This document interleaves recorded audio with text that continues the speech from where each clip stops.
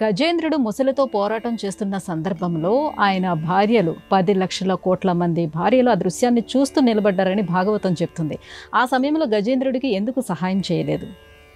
నానానేక పయూధముల్వనములోనన్ పెద్ద కాలంబు సన్మానింప 10,00,00,000 కరణీనాథుండనయ్యుండి మద్దానాంబ పరిపుష్ట చందన లతాంత ఛాయలందుండలేక ఈ నీరాశ ఇటేల వచ్చితి భయం పెట్లో కదే ఈశ్వరా అని బాధపడతాడు ఆ మొసలితో పోరాడేటువంటి గజరాజు. ఈ పద్యంలో తనకు 10,00,00,000 మంది భార్యలు ఉన్నారు అని గుర్తు చేసుకుంటాడు. ఎవరికైనా 10,00,00,000 మంది భార్యలు ఉంటారా అన్న సందేహం మనకు కలుగుతుంది. ఇక్కడ గజేంద్ర మోక్షము అనేది జీవుని యొక్క జీవితానికి నిలువెత్తు నిదర్శనం.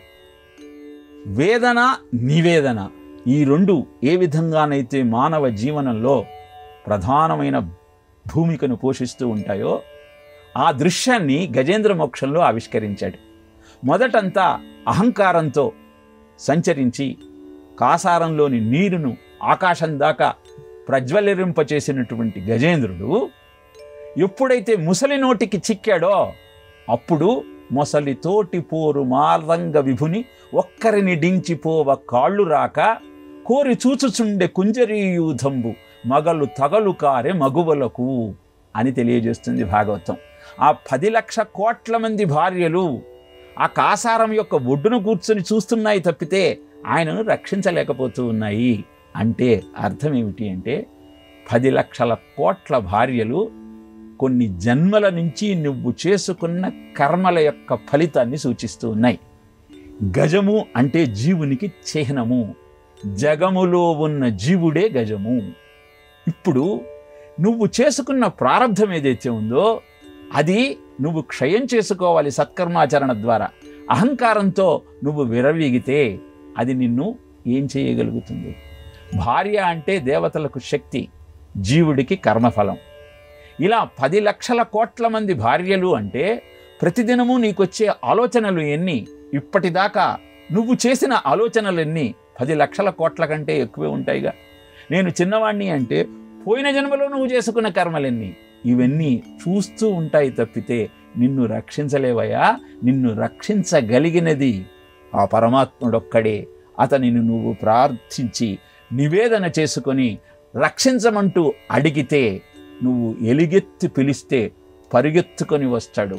సిరికింజెప్పుడు శంఖచక్ర యుగముంచేదో ఈ సంధింపడు ఏ పరిపారమున్ వీడడు. అలా పరిగెత్తుకుంటూ వచ్చి గజేంద్రుణ్ణి శ్రీమన్నారాయణుడు కాపాడు అంటే ఈ కర్మల ఫలితాన్ని నుంచి తనను బయటపడవేయమంటూ ఆయన తన పూర్వజన్మలో చేసుకున్న పుణ్యం కారణంగా గజేంద్రుడికి మోక్షం ఇచ్చాడు. మొసలి శిరస్సుని చక్రంతో ఖండించి ఆయనను గంధర్వలోకానికి పంపించాడు. మొసలి అంతకుముందు జీవనంలో హుహు అనే గంధర్వుడు చేసిన దోషం కారణంగా ముసలిగా అవతరించాడు.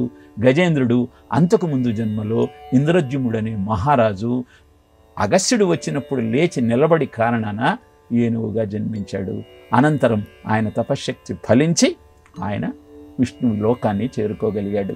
ఈ విషయాన్ని గమనించగలిగితే 10,00,00,000 మంది భార్యలు కాదు, మన ఆలోచనలు మన కర్మ ఫలాలు అని మనం గుర్తించగలుగుతాం.